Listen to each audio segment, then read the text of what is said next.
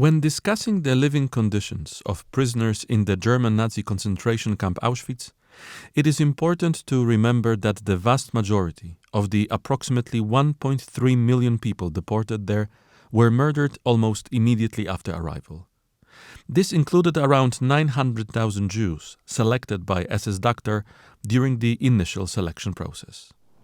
Some 400,000 people were registered in the camp itself as prisoners. About half of them were Jews, around 130,000 were Poles, 21,000 were Roma and Sinti, and 12,000 were Soviet prisoners of war. Other groups comprised approximately 25,000 individuals. Initially, only men were imprisoned in the camp. From the spring of 1942, women also became prisoners.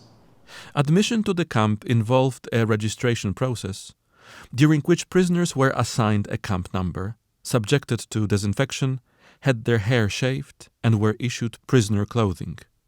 This was followed by a period known as the quarantine, during which they were forced to learn the realities of camp life, including drill routines and the commands used in the camp. Living conditions in the camp were extremely harsh. The barracks were overcrowded and unheated, access to water and sanitation was severely limited, and diseases spread rapidly. Food rations were grossly insufficient. In the morning, prisoners received only about half a liter of water with a small amount of substitute coffee or a herbal infusion. Around midday, they were given about a liter of soup, typically made from spoiled potatoes, rutabaga, and small amounts of groats, rye flour, or a food extract known as avo.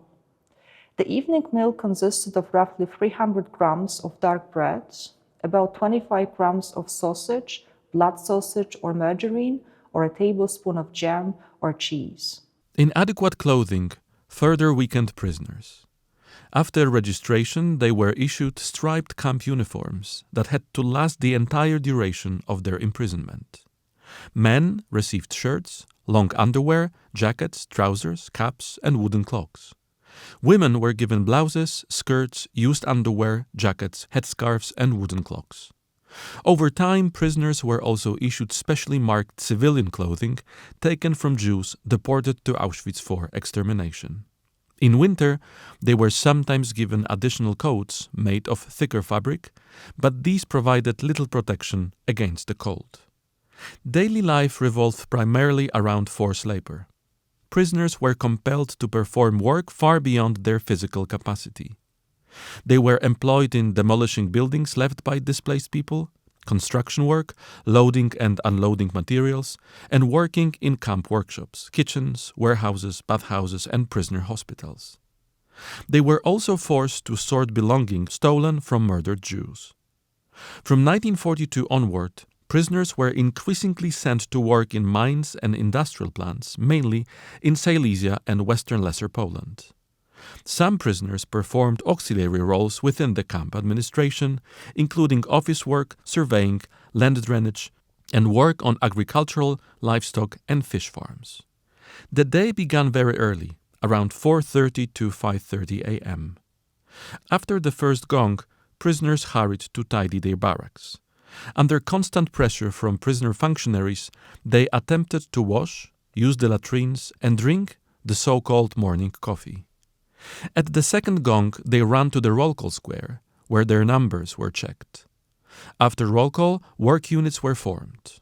Prisoners working far from the camp or within it often didn't participate in these roll calls. Prisoners were subjected to extreme violence and forced to maintain absolute obedience and discipline.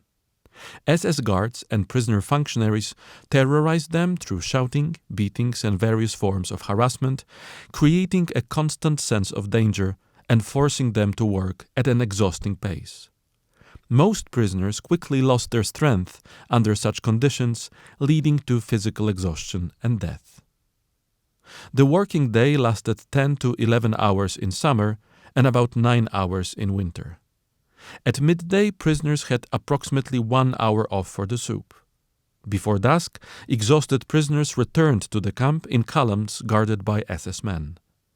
They were required to carry the bodies of those who had died or been killed during work. Upon return, evening roll call took place. If discrepancies were found in the prison account, the roll call could last for hours, with prisoners forced to stand motionless until the situation was clarified. Afterward, they received their bread rations. The first gong signaled that all prisoners had to be inside the barracks, where they tried to wash or use the toilets.